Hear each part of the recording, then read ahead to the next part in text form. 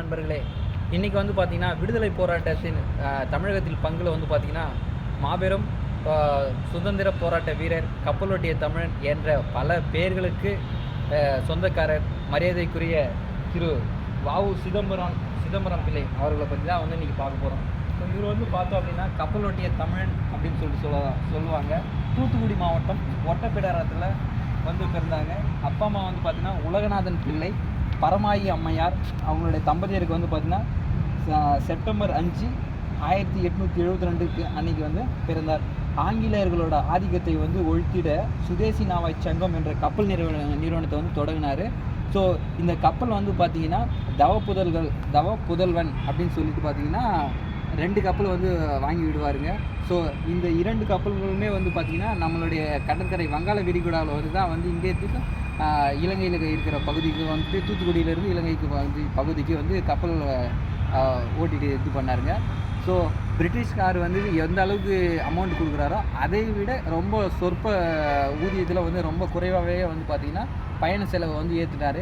ஏன்னா இவர் வாங்கிய அந்த 2 கப்பல்கள் வந்து பார்த்திங்க அப்படின்னா பிரான்ஸ் நாட்டிலேருந்து SS காலியா மற்றும் SS லாவா அப்படின்ற ஒரு கப்பலை தான் வந்துட்டு நம்மளுடைய தந்தை திரு வ.உ. சிதம்பரம் பிள்ளை வந்து அவர்களை வந்துட்டு இது பண்ணாங்க.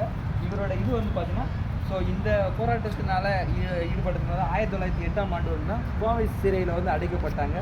ஸோ அந்த சிறை தாங்க, அந்த கோவை சிறையில் வந்து அடைக்கப்பட்டு செக்கு இருக்கப்பட்டாருங்க.